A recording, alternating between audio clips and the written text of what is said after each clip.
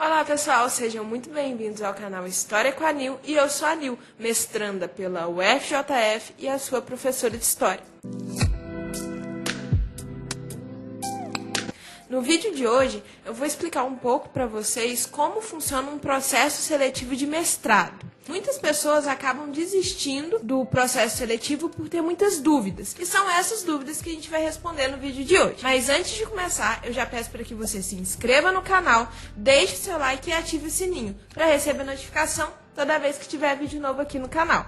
Se você já passou por algum processo de graduação, seja na área de humanas, na área de exatas, eu creio que você já pensar, será que vale a pena continuar a minha vida acadêmica e tentar uma pós-graduação? Lembrando que essa categoria pós-graduação é uma categoria hierarquizada. Ou seja, se eu tenho uma graduação, agora eu tenho um curso de graduação, seja em História, em Matemática, em Física ou em qualquer outra área acadêmica, você pode estar iniciando a sua trajetória dentro da pós-graduação. Lembrando que a pós-graduação, ela inclui uma especialização, que geralmente dão uma carga horária de 360 horas, o mestrado, que dura 2 anos, o doutorado, que necessariamente é feito após o mestrado, não após, no momento seguinte que você termina o mestrado. Mas para você tentar o doutorado, você precisa ter o mestrado. E para você tentar o mestrado, você precisa, no mínimo, ter aí um diploma de graduação ou estar na reta final para concluir esse curso de graduação e ter acesso a esse diploma. O doutorado vem sempre depois do mestrado, você vai ter ali o título de doutor. Nem todo médico é doutor, nem todo advogado é doutor. Doutor é quem tem doutorado, ou seja, chegou nessa fase do processo de pós-graduação. E por último, você pode ter um PhD, um pós-doutorado dentro da área que você trabalha, que é um processo de pós-graduação que vem depois do doutorado. Então, é mais ou menos essa a hierarquia da coisa. No vídeo de hoje, eu vou estudar com vocês um processo seletivo no mestrado. Caso vocês queiram saber um pouco mais como funciona o processo seletivo de um doutorado ou de uma especialização, eu posso estar aqui fazendo o vídeo. Eu peço só para que vocês deixem no comentário expressando aí o interesse de vocês. Então vamos lá. Como eu já comentei, para você tentar um processo seletivo de mestrado, você precisa ter o diploma dentro de uma graduação. Por exemplo, eu me graduei primeiro em História e depois eu tentei o processo seletivo de mestrado em História pelo Departamento de História da UFJF. E é ele que eu vou usar de exemplo aqui para vocês para tirar a maior parte das dúvidas. Ou seja, alguns pontos aqui que eu vou estudar com vocês são próprios da UFJF, do Departamento de História da UFJF. Mas a maior parte das dicas são universais, porque são dicas de como funciona esse processo seletivo e como que a gente deve se preparar para ele, ok? Então vamos lá. A primeira coisa, tendo o diploma de graduação, você vai começar a pesquisar qual departamento, no meu caso, qual departamento de História, você é de outra área, você pensa dentro da sua área, qual departamento de Matemática, de Artes, enfim. Eu vou sempre exemplificar aqui usando o termo História. Quando você tem esse diploma de graduação e começa a pensar em ingressar no programa de pós-graduação de alguma universidade, você precisa tomar alguns cuidados. Primeira coisa, ter acesso às informações que diz respeito a como funciona aquele processo seletivo. Isso é muito importante. E a dica que eu dou para vocês é, por mais que eu possa buscar informações com quem já tentou aquele processo seletivo, com meu amigo, com algum familiar que seja da área, o que eu indico? Olhem sempre o site oficial daquele programa de pós-graduação.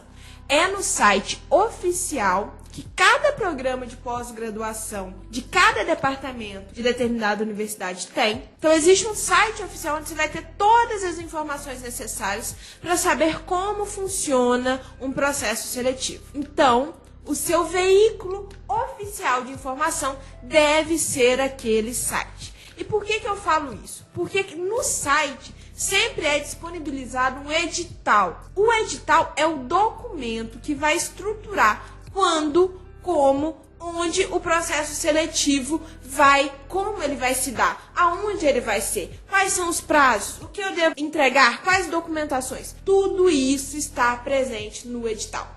Cada programa de pós-graduação, chegando num período do ano, vai determinar a divulgação desse edital e aí se começa todo o processo seletivo, que é um processo seletivo geralmente longo, ok? Pode demorar alguns meses para se concluir. E é dele que você que quer ingressar vai participar. Eu vou colocar aqui na tela o site oficial do programa de pós-graduação em História da UFJF, do qual eu faço parte. A gente percebe aqui, ó, que tem informações como apresentação, coordenação, corpo docente, laboratório e núcleos, ou seja, tudo que a gente precisa saber sobre esse programa de pós-graduação está disponível aí no site. Aqui, ó, a gente tem uma apresentação. Qual que é a apresentação? Aqui a gente tem as informações iniciais, né, sobre esse programa. Olha, o programa de pós-graduação em História da UFJF, ele iniciou suas atividades em 2004 com o mestrado e em 2011 foi criado o doutorado. Isso porque demora um tempo, não se abre já mestrado e doutorado. O departamento cria o mestrado, vai ganhando corpo, vai se desenvolvendo e depois é criado o doutorado. Então, veja bem, tem algumas instituições universitárias, algumas universidades que podem ter só o mestrado em filosofia. Entende? Então, você tem que se atentar se aquele programa, se o departamento de história do programa de pós-graduação que você escolheu, da universidade que você escolheu, tem aí essas duas titulações disponíveis, né? Mestrado e doutorado. E aí, temos aqui na UFJF duas linhas de pesquisa: poder, mercado e trabalho, narrativas, imagens e sociabilidades. Então, quando você manda o seu projeto, você vai se enquadrar em uma dessas duas linhas. Cada linha aqui trabalha com determinados temas e tem como orientador, possível orientador do seu projeto, determinados professores. A gente vai ver isso um pouco melhor quando eu abrir aqui o edital. Fiquem calmos. E é muito importante também dar uma olhadinha na avaliação que a CAPES dá para esse programa de pós-graduação. No caso aqui da UFJF, do programa de pós-graduação em História, a nota é 5. Lembrando que essa nota vai de 1 a 7. E é a nota que a CAPES dá, o que significa que o quanto que o departamento vai ter acesso de bolsa para ser distribuído entre os alunos que ingressaram, depende também dessa nota. Então, quanto menor a nota, podemos dizer que, a grosso modo, menos bolsas pode estar disponível ali. Então, se tiver um corte, vai ter corte orçamentário, a CAPES vai cortar alguns números de algumas bolsas. Muito provavelmente, eles vão cortar primeiro dos que têm uma nota menor, ok? Então, vai de 1 a 7 essa nota que a CAPES atribui a cada programa de pós-graduação. Então, o que nos interessa aqui, o que eu vou olhar com vocês? Como foi o último processo seletivo desse programa de pós-graduação? Esse aqui, pessoal, é o edital de processo seletivo remoto, né, de História em relação ao mestrado. Como eu já comentei, a nota do departamento aqui de História da UFJF é 5 e existem duas linhas de pesquisa: narrativas, imagens e sociabilidades, poder, mercado e trabalho. O que isso significa? Narrativas, imagens e sociabilidades, pessoal, tem um corpo docente. Existe uma lista de laboratórios, uma lista de professores que participam aí desse laboratório. Poder, mercado e trabalho se interessa por outras questões, tem um outro viés e também tem o seu corpo docente, do qual vai sair o seu possível futuro orientador. Então, vamos lá. Quando você vai escolher um departamento para ingressar, você muito provavelmente já tem um tema de pesquisa que provavelmente você esbarrou durante a graduação. Então, você já tem uma ideia do que você quer trabalhar. E aí, com essa ideia mais ou menos definida, ou bem definida, preferivelmente, você vai olhar: olha, o meu trabalho tem mais a ver com narrativas, imagens e sociabilidade. Então, você manda o trabalho para essa linha. Se você percebe que eu estudo república, eu estudo ditadura, eu estudo representação parlamentar, algo nesse sentido, você vai estar integralismo, fascismo, você vai se direcionar para a linha de poder, mercado e trabalho. Aqui, ó, no final do edital, lá no finalzinho, você percebe que vem aí, ó, uma definição do que é cada linha, no anexo 1 do edital. Olha que legal. Vem aí, linhas de pesquisa, narrativas, imagens e sociabilidades, e aí vem um tema, né, um trechinho explicando quais temas, como funciona essa linha de pesquisa. Então, olha só, narrativas, imagens e sociabilidades. Aí tem esse texto. A linha de pesquisa reúne pesquisadores preocupados com as múltiplas possibilidades de trabalhar a relação entre história e cultura, e aí o texto vai dando segmento. Gente que trabalha com memória cultural, patrimônio, costuma muito se aproximar dessa linha. E aqui embaixo vem um textinho explicando o que é, qual é a ênfase da linha de poder, mercado e trabalho, olha lá, as conexões existentes entre os fenômenos de poder e trabalho, as interconexões culturais, isso tudo são temas que interessam a essa linha. A gente tem laboratórios que fazem parte de cada linha. O LAIS, Laboratório de História Econômica e Social, participa da linha de poder, mercado e trabalho. O Laboratório de História Política e Social, o LAPS, é dentro da linha de poder, mercado e trabalho. O Laboratório de História Oral e Imagem é dentro da linha de poder, mercado e trabalho. Cada linha de pesquisa tem laboratórios que são aí geridos, são organizados por determinados professores. Então, vamos lá. Aqui, no anexo 2, vem explicando qual é o corpo docente e a área de atuação desse corpo docente. É através dessa lista aqui que você vai identificar quais professores estão disponíveil para ser seu possível orientador e quais temas ele estuda. Aí você pode estar pensando, tá, Nil, mas por que eu preciso saber disso? Pois bem, é fundamental que dentro do departamento que você escolheu, tenha ali um professor que dialogue com o seu projeto. Porque uma das coisas que é avaliada durante esse processo seletivo é se no departamento existe algum professor apto, interessado na mesma área que você está pesquisando, para que seja possível que ele te oriente. Porque veja bem, para ele te orientar, ele precisa ter um saber aí sobre a temática que você está estudando. Então, para essa coisa toda funcionar, é interessante que o seu orientador seja familiarizado com a historiografia, com as discussões do seu projeto, do seu tema de pesquisa, ok? Então, olhe com cuidado como essas linhas de pesquisa são distribuídas, quais professores estão em cada linha. Se você identificar aqui, olha, eu queria muito ser orientado vamos ver aqui um nome, deixa eu ver o primeiro. Eu queria ser orientado pela Ana Paula Pereira Costa, porque ela estuda, né, história moderna, história do Brasil colonial, história das elites, escravidão, né, história militar no Brasil colônia. Se seu tema está um pouco aí próximo dessa descrição, você pode pensar, ok, é uma possível orientadora. E aí você vai vendo aí, ó, o que cada professor estuda, em que linha de pesquisa cada professor está ligado, para você decidir se lá, na hora que você for iniciar o seu processo seletivo, se você vai mandar para a linha de narrativas, imagens e sociabilidades ou para a linha de poder, mercado e trabalho, ok? Voltando aqui. Pessoal, eu vou destacar durante o vídeo os pontos principais desse edital. Coisas que você precisa muito se atentar, que são meio que universais. Para qualquer processo seletivo de mestrado em uma universidade federal, você vai ter que cumprir o que se pede universalmente. E é sobre isso que eu vou falar a partir de agora. Então, eu vou dar um foco em algumas questões desse edital. Mas é importante que quando você for tentar o processo seletivo, você faça toda uma leitura atenta do edital por completo, ok? Então, vamos lá. Ponto 1, das vagas, né? As vagas. Em 2020, pessoal, que esse último edital que a gente está... o último edital que saiu, né? E é o que a gente está analisando aqui, estiveram disponíveis 25 vagas para o curso de mestrado.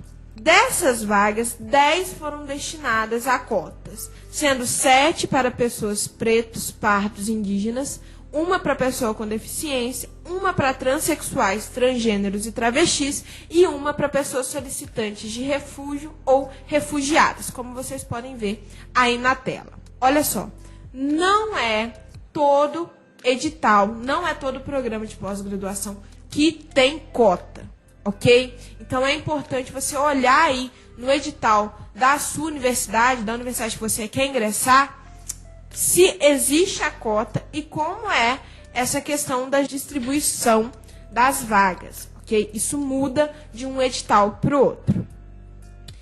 Outro ponto, inscrição. Aqui vai ter o período de inscrição.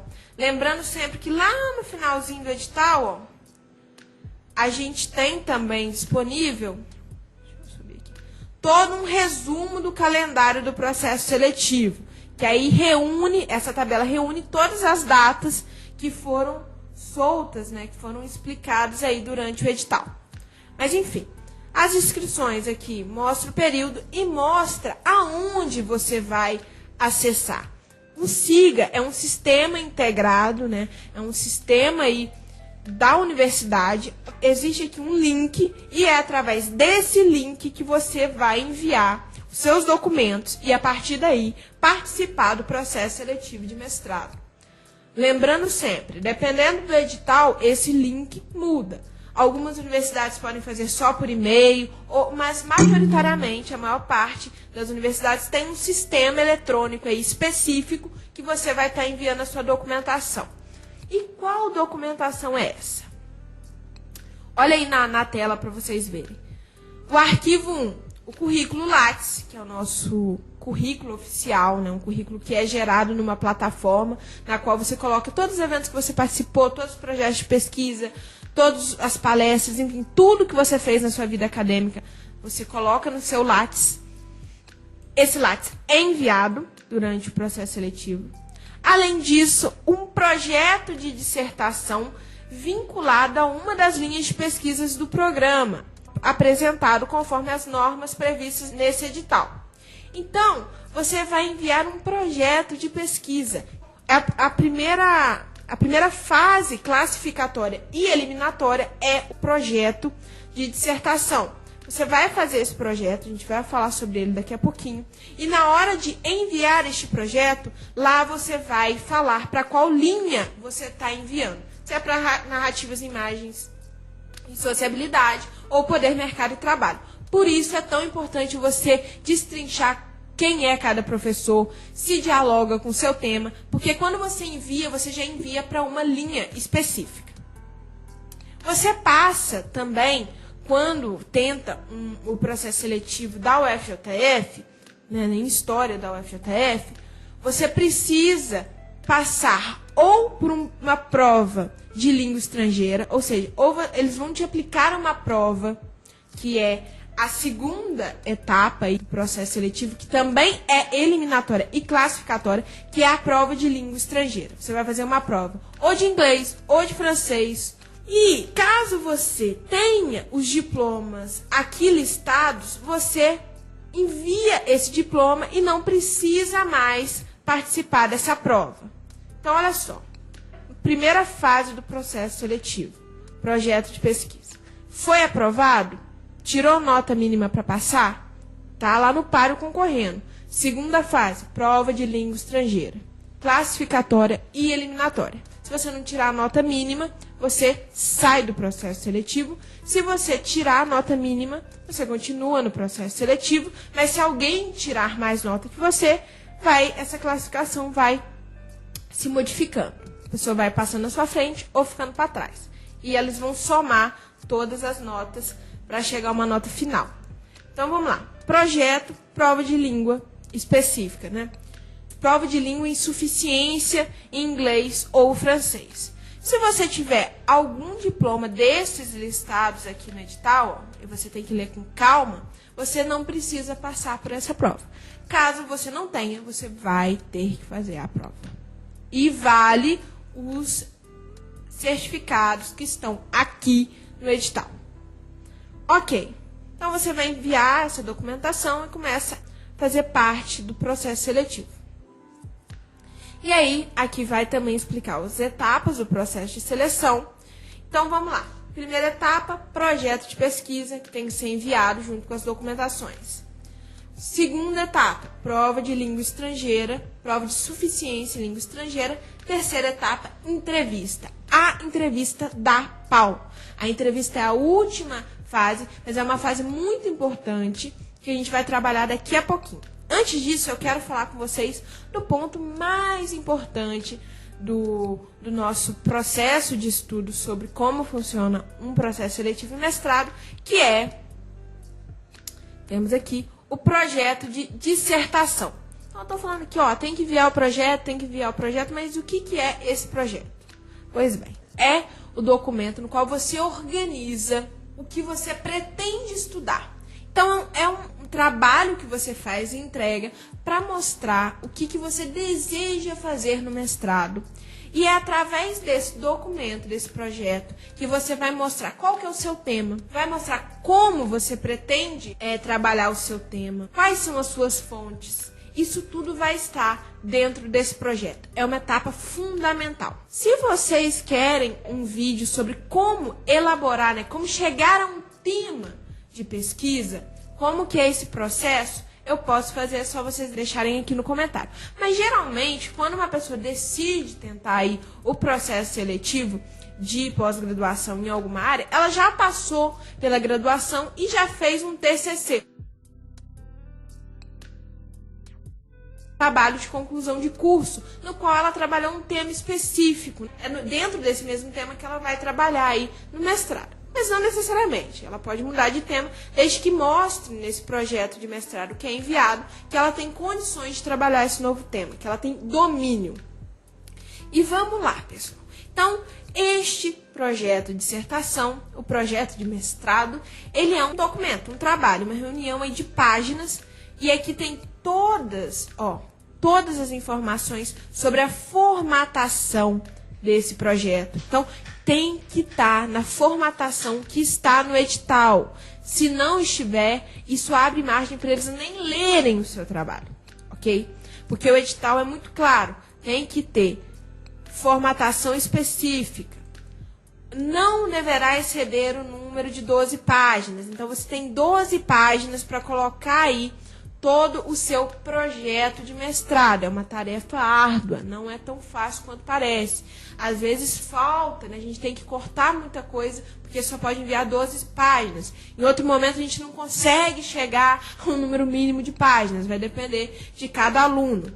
Mas fato é, o que tem que ter neste papel? O que tem que ter no seu projeto? O edital fala como você vai estruturar o seu projeto. Primeira coisa, delimitação do tema. A delimitação do tema, você vai apresentar o tema à banca. Você vai contar qual que é o seu tema de pesquisa. Então, o seu trabalho com a trajetória de determinado personagem. Você vai contar um pouco para a banca quem é esse personagem, ok? Mas não é algo maçante, não pode ser algo maçante. Tem que ser algo, é como se fosse uma carta de apresentação. Você vai mostrar o que a banca vai ter acesso aí quando ler todas as páginas do seu projeto. É delimitar o tema. Delimitar, literalmente mostrar qual é o seu tema, tá? Problematização e justificativa. E esses são os títulos e a ordem como as coisas devem ser distribuídas segundo o edital que a gente está analisando.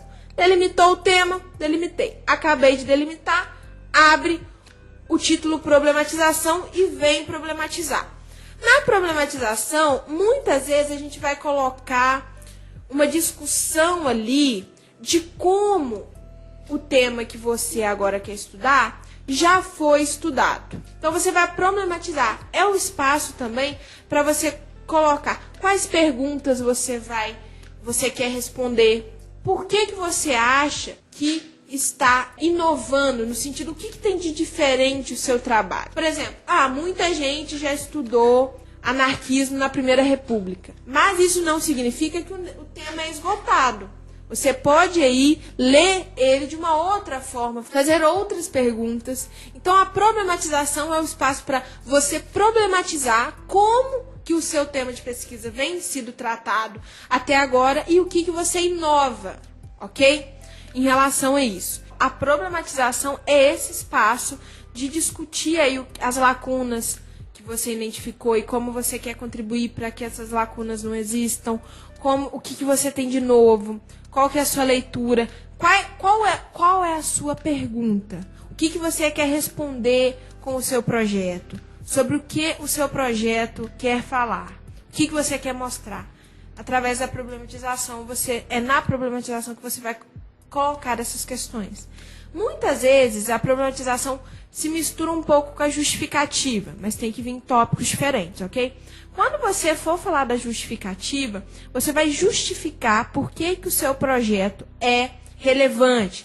Não só relevância acadêmica, relevância social pode ser colocada aqui. A sua trajetória também, né? Mostrar que você já tem um certo domínio. No meu TCC eu estudei essa temática também. Ali aprendi determinadas coisas que eu quero continuar estudando, quero me aprofundar agora no mestrado. Na justificativa é esse espaço também para você contar um pouco, justificar literalmente por que o seu trabalho é tão relevante, tem uma relevância, né? Tem uma função plausível.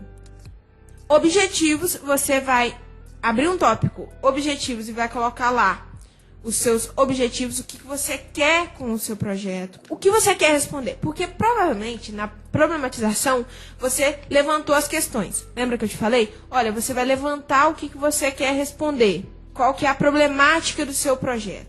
Qual que é a grande pergunta que você quer encontrar ali a resposta nas fontes? Essas questões, essas perguntas, através do objetivo, que agora você pode listar, literalmente, não precisa ser um texto corrido, são objetivos gerais, objetivos específicos, e aí você faz pontinhos e coloca lá. Fica uma frase, geralmente, que é basicamente algumas respostas sobre as questões que você quer levantar. Então, por exemplo, eu, no mestrado, estou estudando a perspectiva intelectual de Emma Goldman.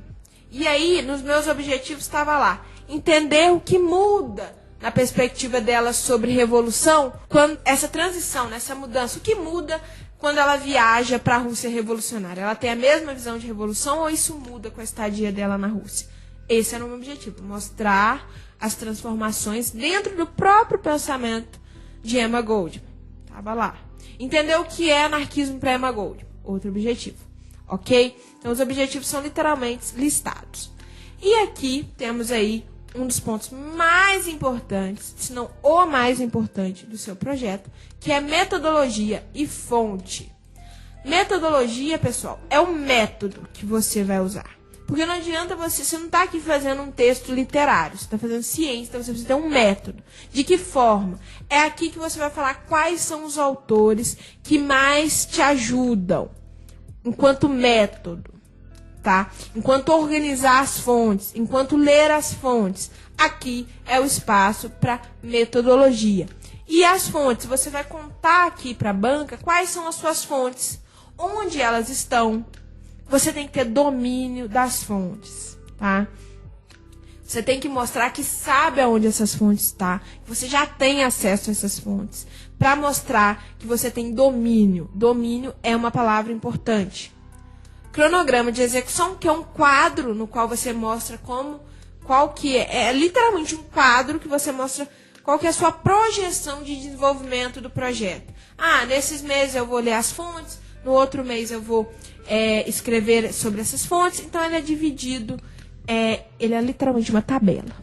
Referências bibliográficas, textos que te ajudaram a montar o projeto, textos que são importantes para o seu projeto. Então, se você estuda Império, vai ter aí uma bibliografia sobre Império, ok? São esses os pontos principais aí do projeto de pesquisa do mestrado da UFJF em História. Lembrando sempre que um projeto de mestrado ele precisa ser cirúrgico. Você precisa mostrar para a banca que tem domínio sobre o seu tema, que tem acesso às fontes, que tem um bom método e, mais do que isso, que em 2 anos dá tempo de fazer. Porque também não adianta de nada você vir com uma ideia mirabolante que não é possível fazer em 2 anos. Isso vai fazer seu projeto, por mais que ele seja excelente, cair um pouco na avaliação. Então, pensa o seguinte. Precisa ser cirúrgico. E aí, quando a banca olhar para o seu projeto de dissertação, ela vai pensar sobre qual a relevância acadêmica desse projeto. Ele é adequado à linha de pesquisa? Ou seja, tem um orientador possível, tem algum professor que dialogue com esse tema, tem consistência teórica, né? Tem fundamento teórico, tem diálogo com a historiografia mais recente, tem precisão metodológica, tem viabilidade, tem execuibilidade. É possível fazer em 2 anos? É viável? Tem precisão de método? É isso que eles vão olhar. E vão te dar uma nota, né, de 0 a 100. E projetos que obtiverem nota superior a 70 passam para a próxima fase. E os que não tiverem não passam para a próxima fase. A próxima fase é uma prova escrita. Eu esqueci de comentar com vocês. Então é projeto, prova escrita sobre história, uma prova de história, uma prova de língua específica, de língua estrangeira, se você não tiver o diploma, e a entrevista. A prova escrita é literalmente uma prova. Você tem 4 horas para o desenvolvimento dessa avaliação, tá? E existe aqui, ó, uma bibliografia que você lê bem definidinho, ó, as páginas, vem lá. As páginas específicas de cada texto, tá? Olha lá, você pode ver aqui. E é temas relacionados a essa bibliografia que vai cair na sua prova. Então, você precisa ler, fichar e entender todos os textos que estão aqui definidos como parte da bibliografia, porque é sobre eles que estará lá, né? É sobre eles que a prova vai falar, vai te pedir algo sobre esses textos, tá? E a prova escrita de suficiência em língua estrangeira, caso você não tenha aí o diplominha. E a entrevista, né? E a entrevista, pessoal, é importante. Uma das funções primordiais da entrevista, além de conversar com você, conhecer você, é você provar para a banca que foi você que escreveu o seu projeto. Então, eles vão esclarecer algumas dúvidas que eles tiveram. Tipo, não entendi esse ponto, esse método, você não pensa em trocar para outro. Vai haver alguns questionamentos sobre sua trajetória acadêmica, quem é você, mas mais do que isso, você tem que mostrar o seu domínio sobre o seu próprio projeto, que é você que escreveu o seu projeto, que você tem realmente o domínio da metodologia. Então, vai variar muito como é a entrevista, né? Porque depende das dúvidas que eles tiveram em relação a cada projeto. Mas, a grosso modo, é bom vocês ir preparados para responder questões tanto sobre o projeto, né? Ter aí a tranquilidade e o domínio para mostrar que o projeto é seu, que a ideia é sua, que você tem uma trajetória para chegar nessa questão, né? Então, é aqui que você mostra todo o seu domínio sobre o seu tema. Todas essas etapas geram uma nota. Essas notas são somadas, divididas, né, por 4, que são 4 etapas, e dá uma nota final. E aí você tem que tirar aí uma nota suficientemente boa para você estar dentro do quadro de vagas. Aqui tem os recursos, que é uma seção importante para caso você ache que foi lesado em alguma coisa, vocês podem entrar pedindo, né, uma releitura por parte da banca. Aqui as matrículas, outras informações e o calendário. Então é isso, pessoal. A gente fez aqui, né, eu foquei em alguns pontos específicos do edital, que são pontos assim universais, que são muito importantes, tanto para o Departamento de História da UFJF quanto para outros departamentos. Então, um projeto de pesquisa, quase todos os departamentos pedem para você ingressar no mestrado. O mestrado é um processo longo, não é fácil fazer esse projeto. Se vocês querem um vídeo propriamente sobre como fazer um projeto, vocês deixem aí no comentário, porque quando a gente está na graduação, a gente faz algumas matérias, né? Quase 1 ano de matéria, 2 semestres aí de matéria, tentando compreender como que é feito esse projeto. Então, realmente, é uma coisa um pouco árdua e que precisa de muito cuidado, muita calma, muito domínio para ser feito. Mas tem que ser feito para todos aqueles que querem aí ingressar num programa de pós-graduação. Eu espero que esse vídeo tenha ajudado em alguma coisa. Se vocês têm dúvidas específicas, vocês podem deixar aí no comentário que eu respondo. E é isso, pessoal. Espero que vocês tenham gostado. Até o próximo vídeo. Um vídeo um pouquinho longo, mas não tem jeito. O próprio processo seletivo é bem longo. Então é isso, pessoal. Até a próxima.